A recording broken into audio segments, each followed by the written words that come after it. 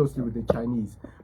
Let's look at China as a market in the global space for vehicle sales, like how many cars are bought in China. Yes, the domestic market eats up a big chunk of the market share, but I'll give the example of Mercedes-Benz. Their biggest market is actually China. In fact, so much so that it influences designs in their vehicles. If I am the biggest buyer of a certain product, of course, my say in what I think the next iteration of that product should be will matter. And that's why China's voice is being seen right now. So that's just from the market share perspective. Now let's talk about the technology. You cannot ignore the fact that the Chinese are leading the pack in terms of technology and where they're driving the industry. Just like Jim Fallon said, the vehicle, China is way ahead of the West in terms of its processes, its technology, and its car quality. And like Gav said, the cost, they are much cheaper at a high quality. So these big traditional car makers have to take a page from the Chinese book. They either have to look at ways to work with them for some kind of technology sharing agreements, technological advancement in terms of production, and of course the all-important thing that keeps businesses going, to keep themselves relevant in keeping up with the market share they hold in China, to make themselves profitable. There's no point to them ignoring them and losing all this market share. It means they won't be profitable. It means they lose out and they won't be a business anymore. Yeah. Gav, just coming back to you, Gav, when you look under the hood of a Chinese car today, if you had the opportunity to do that, what is the one thing that's surprising you the most about what these cars are looking like? Are they really getting better? Or for now, it's just the shock at the fact that cars can really be half the price like we're seeing the Chinese do?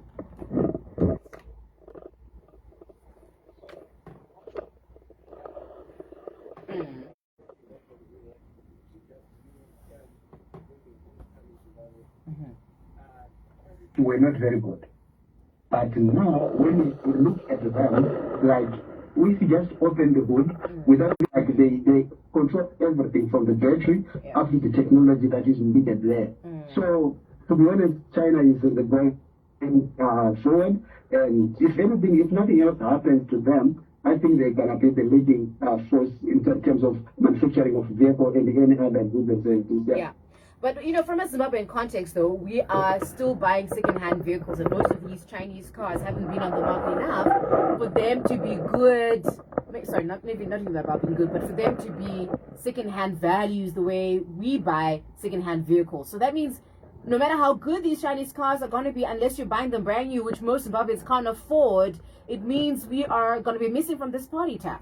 Yeah, I think that's correct. Up until the critical mass is reached, in terms of the car's age, they're on our market for X number of years, let's call it 10. And they start entering the second-hand market, get more mileage, and get down to a price point where maybe more people, it becomes accessible. Just like the whole grey import phenomenon. Like a lot of people cars started coming onto our roads once the price point to a certain point. If you think back of the second-hand market, especially the cars coming from Japan, Singapore, UK, or the grey imports they call them, these cars started coming to Zimbabwe at the cost of about $1,500. If you think of the old Toyota Starlets, which used to come in first, and then it built the way for the Honda Fits and all other vehicles that are coming now. And you find the sweet spot right now is about $5,000, maybe for grey import. So for the Chinese cars to reach that point where they're about $5,000, which is accessible to the most number of people, it's going to take some time. You're quite right, you're lucky. But I think in terms of the just sheer numbers coming in as new, we're going to see a big increase. What the bad news will be for your traditional car manufacturers, they will have less sales in favor of Chinese sales, and over time we'll then see it trickle down to an affordable point for everyone else. 0719-100-404. As you're listening in, when you think quality car, do you think China, Japan, or Germany? And the question I want to throw is why? 0719-100-404. And as you are seeing by the admittance of Jim Fadi, CEO of Ford, that Croatian companies themselves are admitting that they can't keep up with Chinese cars. It's the Seminum Zimbabwe, Seminum Africa. Do you think we should also fully embrace this shift? Are we possibly going to be just guinea pigs for this technology? Want to hear your thoughts on 0719-100-404. As we're sliding into our next story, Tav, just quickly give us the clues for our car icon of the day, of the week. As always, we take you down memory lane. Maybe you have also some sort of memory with this car. Tav's going to give you some clues. Let's see if you can figure out which car we are celebrating, Taf. I hope nobody has any memories of this car, because you will need to be studied by science, because this is a car from 1888. Wow, last week we were in 1905. This We're week going we are backwards. even. We're going Wow. backwards. Let's All go right. into the history of cars. Right. So this is credited largely as being the very first motor vehicle in the world, and the clues for this car go like this. Its initial journey, it was a car that did the first long distance trip, and it was one that was done by a woman without the knowledge of her husband. It ran on a typical type of petroleum spirit purchased from a pharmacy. Its initial journey, or its first long distance trip, was 100 kilometers and took 13 hours. It was considered at the time to be a motorized tricycle, and then modified to being called a car. 0719 Why it was so necessary to have to mention that this was done without the knowledge of her husband. Knowledge of a husband. Did you say of a husband? Of her husband. Of her husband. Yes. Why was that a necessary clue? I'll tell you why when we give you the answer. Okay, all right. There's actually a story to it. All right, There's all right. actually a story to it. Let's see, 0719 for any clues to what this car is. Now, here's something for you to think about while you're stuck in Harare traffic. What if your car could give you, listen to this, 1,200 kilometers from just one tank, and still had enough power to outrun, say, a Golf R? And that's the promise that's coming out of South Africa right now with the introduction, Taf, of the new plug-in hybrid EV, or the PHEV, that's coming from BYD and Haval. Talk to us about that. Yeah, so this is a new kind of technology. So we had the ICE vehicle, internal combustion engines, then came the hybrid electric vehicles. And hybrid electric vehicles are not new, guys. They've been around for about 20-25 years. The Toyota Prius was the one, Prius was the first one to make them popular back in the days for their fuel efficiency. Now we've gone through the next evolution in that is the PHEV, or the plug-in hybrid electric vehicle. And it's no longer a talk we see on the internet, we hear on radio, we see on TV. It's now something coming to reality on African shores. We now have 3 very capable plug-in hybrid electric vehicle models, which are doing very well and are giving traditional ICE vehicles and hybrid electrical powertrains a run for their money. So the 3 vehicles that have been introduced recently in South Africa and also coming to Zimbabwe are the BYD Sea Lion 6. We have to excuse our friends from China and the naming of cars in some cases, but this is the design language and the naming language they chose. So the BYD Sea Lion 6 PHEV is now available in South Africa. So too is the Haval H6 GT PHEV and a very popular Jaiku J7 PHEV. So these bring a very fresh approach to options to consumers. The one good thing about these vehicles is their price point.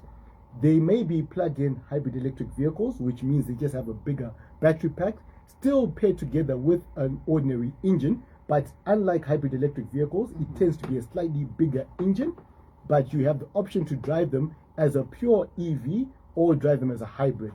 You can actually choose how to do it.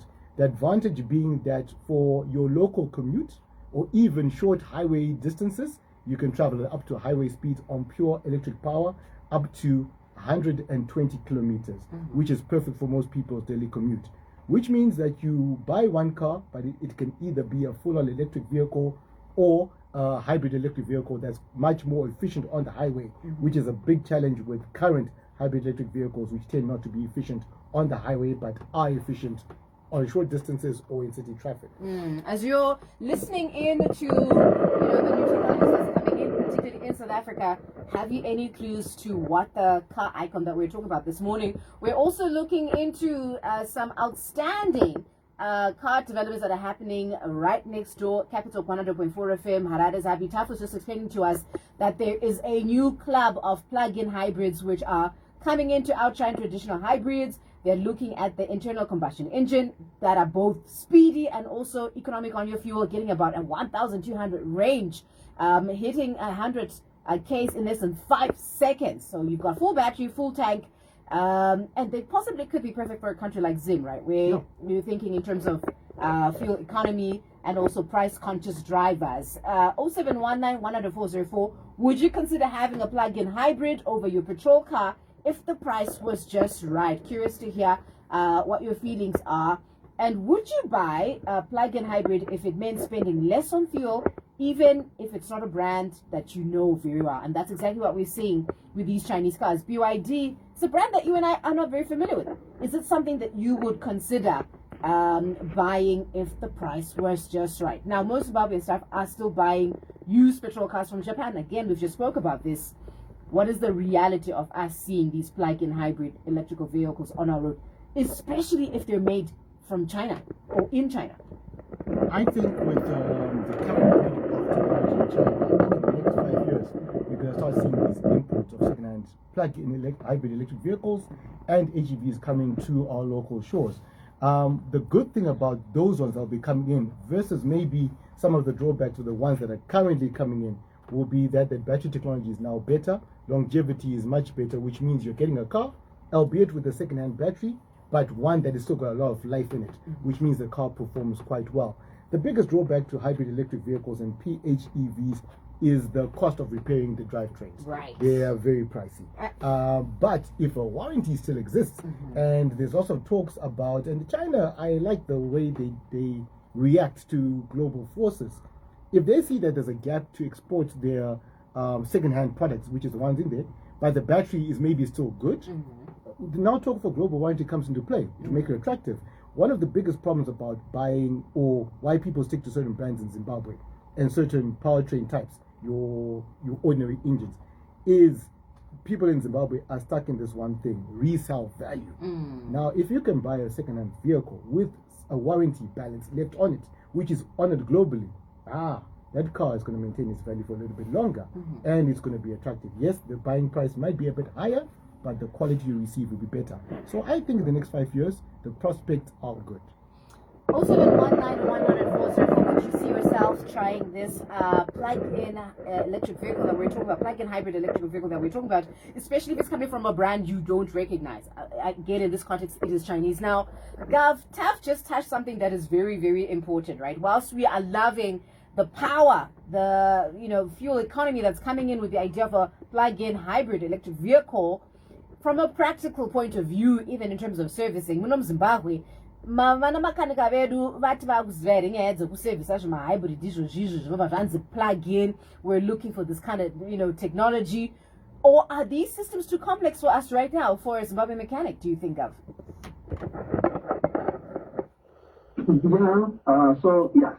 I've seen some who actually opening these batteries and fixing them. There are some companies, I think, that are offering a bit of training on their hybrid vehicles, but there is no generalized training. The training mostly is being offered by the manufacturers. Why? Because each and every manufacturer has designed his high voltage vehicle differently from the other. So even at college levels, they are only taught the basics of a hybrid vehicle or of electric vehicles, but everything is manufacturer specific. Like for instance, we have got what we call the service disconnect, where when you want to service the high voltage side of vehicle, you have to power down the high voltage system. So each and every manufacturer has got his own procedures of powering it down and also of checking if the system is powered down. Because when we are servicing it, we have to make sure that all the high voltage is only contained in the battery. There is no high voltage outside of the battery. So there is a powering down procedure that needs to be followed. But it's not standard. And also even where to find the power disconnect plug is also not standard. So it's being offered by manufacturer differently, only targeted to that product. So it's a new technology that people are still learning. I was fortunate enough that I managed to attend training for Mercedes-Benz. I did also training for Stellantis, for Chrysler. There are some differences in how they approach these things, but it's coming, and eventually we will catch up and we'll be able to deal with it. That's one aspect that I just want to explain. PHP, where there is a bit of a downside. Is that so your engine does not run that often as compared to your hybrid. So from time to time, it can prompt you to say, try to drive this vehicle for about 20 km, just to drive whether you want to go or not, it wants to replenish the oil because we don't want the oil just to stay in there without working. So it might prompt you just to drive it. That is a bit of a downside. I've seen some customers complaining because when it prompts you to drive, it's not going to be able to enter into the electric mode because it wants the engine to run so that the oil can just circulate a little bit. Also the fuel, because it doesn't want the fuel to be stale, so it also prompts you to run so that it can use the fuel, or it can ask you to go to the pump and refill and add fuel so that the fuel does not get stale. That's the only downside that some customers have been complaining about, because you may need to do between 20 to 50 seconds for that light to reset. That is the only thing that I can talk about. But other than that, new technology, and it's offering advantages of both the ICE engine and the hybrid. So it's like a bridging gap. Got you. We're about to step into our last story. I can't believe we have like 80 minutes left our discussion. We're going to be talking about a new kid on the block, a car that you probably know. Most of us grew up with this particular car brand. But just to remind you, we're also trying to guess the car icon of the week. Some clues that you've been giving. A woman made the first long distance drive in this 3-wheeled car without her husband's knowledge. She actually stopped at a chemist for fuel, and this trip was over 100 kilometers and proved that motor vehicles had real world value. Any ideas who this or what this car is? It was also powered by a petroleum spirit, bought at a chemist, and had 3 wheels. Yeah. Taf, you also, do you want to add more clues to that?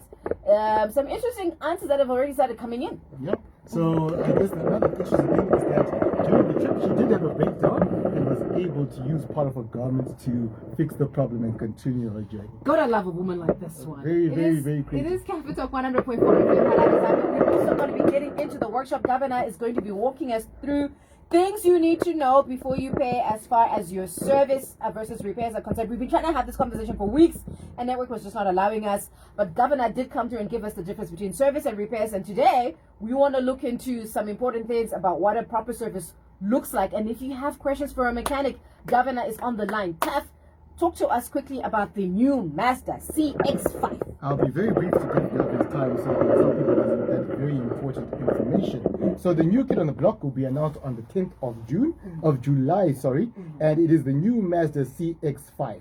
At the moment, and I encourage everyone to go online and have a look at the teaser photos. It does not look like much of a departure from the current CX-5 models or the outgoing CX-5 model, but it does promise some new enhancements, new drivetrain. They are keeping it very ICE or internal combustion engines. Of course, in the fullness of time, there will be hybrid electric versions. You can't run away from that.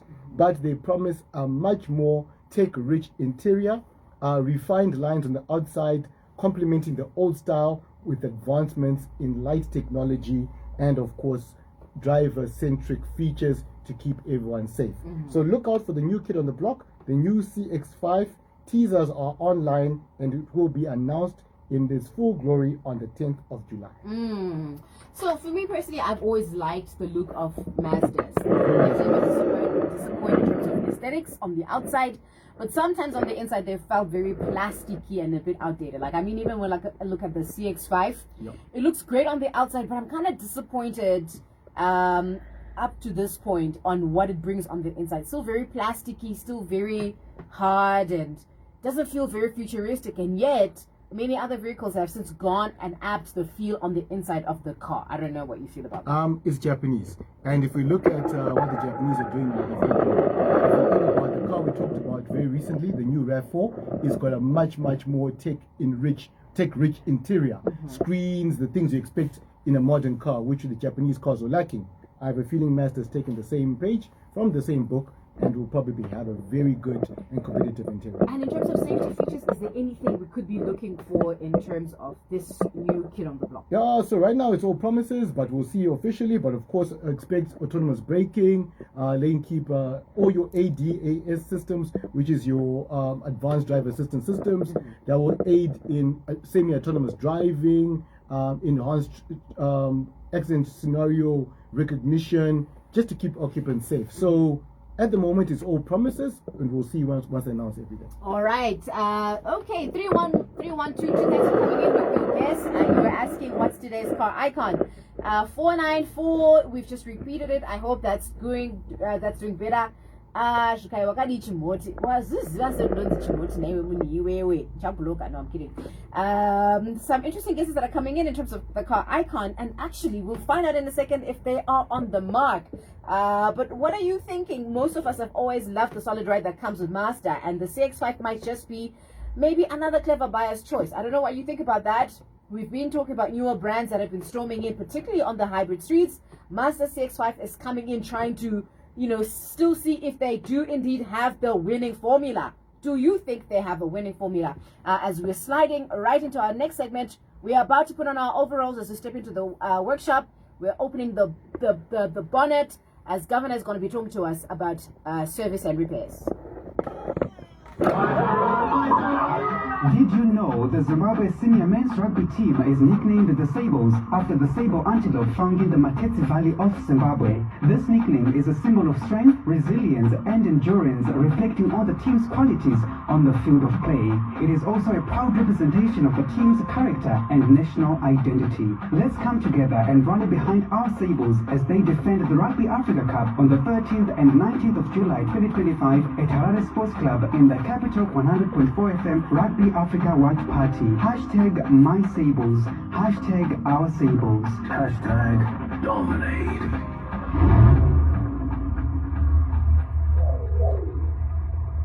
So we're back in our workshop. We're under the hood in a second as we're going to be talking about service and repairs. Now, Governor has been doing a great job over the last few weeks outlining the things that are important when you're thinking about service and repairs and what the big difference is. And Governor, we are in our workshop. We want you to help us understand some of the things that we need to know before we start paying. Today, I want us to talk a little bit more around what service actually entails. Gov, what actually is a proper service? What does it include? Okay, so when we're talking about service, there are mostly two types of service. There's a minor service and a major service. So it also depends on the manufacturer, but most manufacturers, if we are talking of a minor service, we are talking of oil change, which is replacing of your engine oil and your oil filter.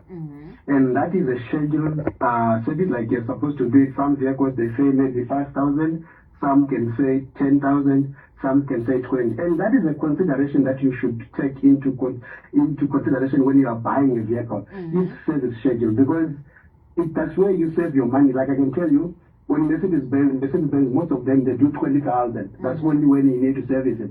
Then another vehicle can be cheaper, but you need to service it after even 5,000. So you realize that this vehicle will give you a saving in the long run. Then we've got a major service. A major service now includes your spark plugs. Same, it includes your oil and filter. Then you've got the spark plugs. You've got the air filter. Though the air filter, you only replace it if it's dirty, even if it's a major service, but is it dirty? Because it accumulates dust and all those things. So if it's now clogged, then you need to replace it. But if it's not clogged, you don't have to replace it. Then you've got the dust filter, which is the combination filter for your AC system. That's the one that cleans your air that goes inside the vehicle. Most vehicles do have that, and most of the time, that's a filter that gets left out by many technicians. They forget. So you need to replace it from time to time. Again, replace it only if it's dirty. We used to have fuel filters, but now most vehicles don't have fuel filter. The fuel filter is now integral with the fuel pump inside the tank. So it's no longer something that is available now in most vehicles. Then you put your spark plugs. Spark plugs are most of the vehicles, like if I talk of Mercedes and BMW, you normally change them after about between 60 to 80,000 or after 2 years. That's only when you need to replace them. Wait, what? Sorry, Governor. What did you just say about when you replace spark plugs in BMWs? You said after 2 years. What? What? After 2 years? Wow, I'm in total shock. Having driven both cars, I don't think I went 2 years without having changed my spark plugs. Performance thing what? 2 years? This is fascinating. If you're using the right product, it gives you 80,000 without any problem at all. So that's the operative word, right? The correct spark plugs. All right, got you. Okay, so you were talking about, changing them after 80 to 100,000 Ks, you said, or after 2 years. Yes, yes. Uh-huh. Then there are some manufacturers that change them Yes. a little bit, and some change about Wow. after 40,000. But you are not supposed to change spark plugs on every service. You are not doing yourself justice. There is no advantage at all. What? Now you tell us. Sakatrungo some spark plugs every service when we actually shouldn't be changing. So how do we know before you actually see? Because sometimes you have to see it and it has to look black or rusty at the top, right? At least for me, that's what I use. So how do we know, Governor, that it's time to change the spark plugs outside the 80,000, outside the two years? Does the car perform differently? That might be an indication that it's time to change the spark plugs. Not really. So these spark plugs, like I'm saying, if they are supposed to do 60,000 or 80,000, Yeah. even at 80,000, they are still okay. They can still push to 100,000. It's only that now we are saying they are no longer at their best operating position. Now we need to replace them. But they are still okay. Wow. So the only thing, the consideration is, if you look at the spark plugs at the tip of the spark plug, Right. there is a center electrode and there's another one that is like a hook. Yes. So that gap, that's all where the magic happens. That gap, if it becomes bigger, then we have got too much resistance and we won't be able to burn our fuel and air mixture. Wow. So if that gap becomes bigger, like the center piece gets smaller and smaller and smaller. So if it becomes too small, then that spark plug is warning. So most of the spark plugs now, they are platinum spark plugs. They've got a very thin, small little center plate. Yes. If that becomes too thin, then you replace them. Okay. But to be honest with you, you don't service a car because it's no longer having power. If your car is not having power, if you are servicing it properly, it means something else is not right. But after service, a car that is properly maintained, there is no difference between before service and after service, unless it is a car that is being abused. So that is another conception that people have, which is wrong, to say, now my car is not performing well, I need to take it for service. No, a service is done when the car is performing well. It's just that it's due, those items are now due for changing. It's not like they are worn out, but they have run their time and they are no longer at the best. It's just like on food. On food, we said best before. Yeah. We are not saying the food has expired, but we are saying it's no longer at its best. Right. That's all what we are saying. Got you. But it's no longer at its best. Got you. So when we're looking at the filters that you were talking about, for example, you've spoken about the spark plugs. Well, how do you know when the filters need changing without looking at them? And also, as you're listening in, did you know how to check your spark plug? Did you know that it can actually be in your car for 2 years without you having to change it, particularly on certain models? I'm in total shock because every time I service my car, I actually buy a new set of spark plugs. Gav is saying that is not how you're supposed to do it. Look at your spark plugs. It's the distance between the hook and the hook and the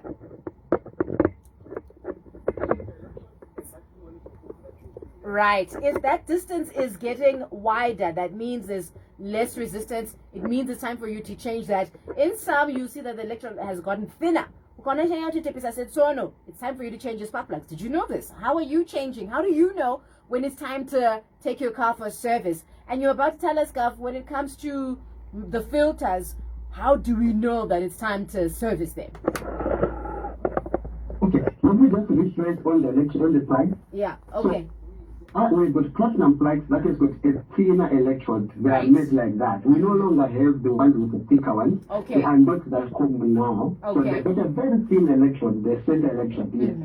So that it needs to be a bit smaller. If it becomes bigger, then we have got a higher resistance. So what happens with our plug is our positive comes to that thin electrode. Yeah. And the outer electrode is a ground. So it's just lightning. Remember, lightning, when it senses ground, then it strikes. So that's how a spark plug works. So if that gap becomes too big, we won't be able to sense that ground, which means we won't be able to have or efficient spark, or the spark will be weak. So we want that plug to be the gap to be within limits. Right. But these days we no longer measure it. If it's worn out, we replace and put new ones. But yes, they can last longer. Yeah. Coming to the filters, an air filter or a pedestrian filter only gets replaced if it's dirty. Like you can take it and just hit it on your hand and see if there's too much dust coming out. If there is nothing coming out, that filter is good. It can still work. Okay. And I don't recommend Okay, go ahead. No. We're listening. Go for it. Okay. So many manufacturers, they don't recommend blowing the air filter with an airline because sometimes it opens up the pressure can open up a little bit because we've got some, it allows pass through there, it allows only air to pass through and traps or any other solid particles. So if you blow sometimes, some filters might open up, but some you can blow them. So that's one consideration. But if it's not having any dust or a minimum dust coming out, you're still good to use it to go for it up until it's clogged. Only then you can replace it. No damage to the engine, no damage to the performance of the vehicle for as long as it's not clogged with dust. Right. 3 minutes to go. Taf, remind us again, what's our highway code question? We're going to be talking to Gav in a second. If you have any questions about your service or repairs, 0719 10040 for Gav is here to take in your questions and to give you a quick look. Taf, remind us what the highway code question is. So this one's a bit of a trick question, and you will understand why just now.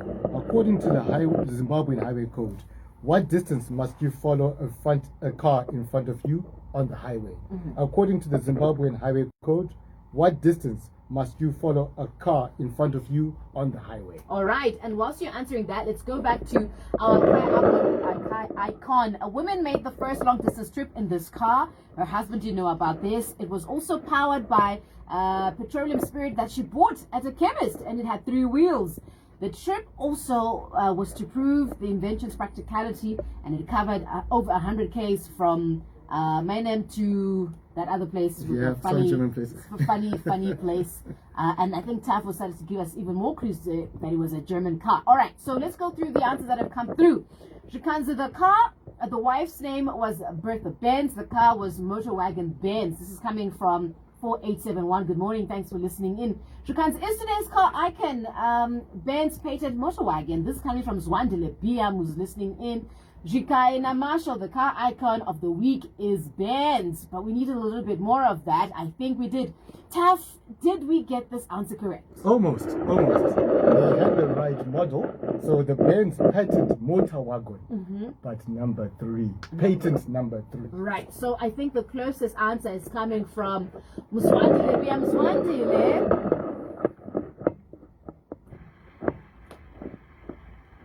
Congratulations, you came closest to the answer. It certainly is Benz patent motor wagon, and we were looking for a little bit more detail there, which is model number 3. But I think, listen, Zwandile, well done. Congratulations. It was close. Marshall, you were also pretty close, actually. And so were you. You didn't put your name, though. H+. That's what your name is saying. Congratulations.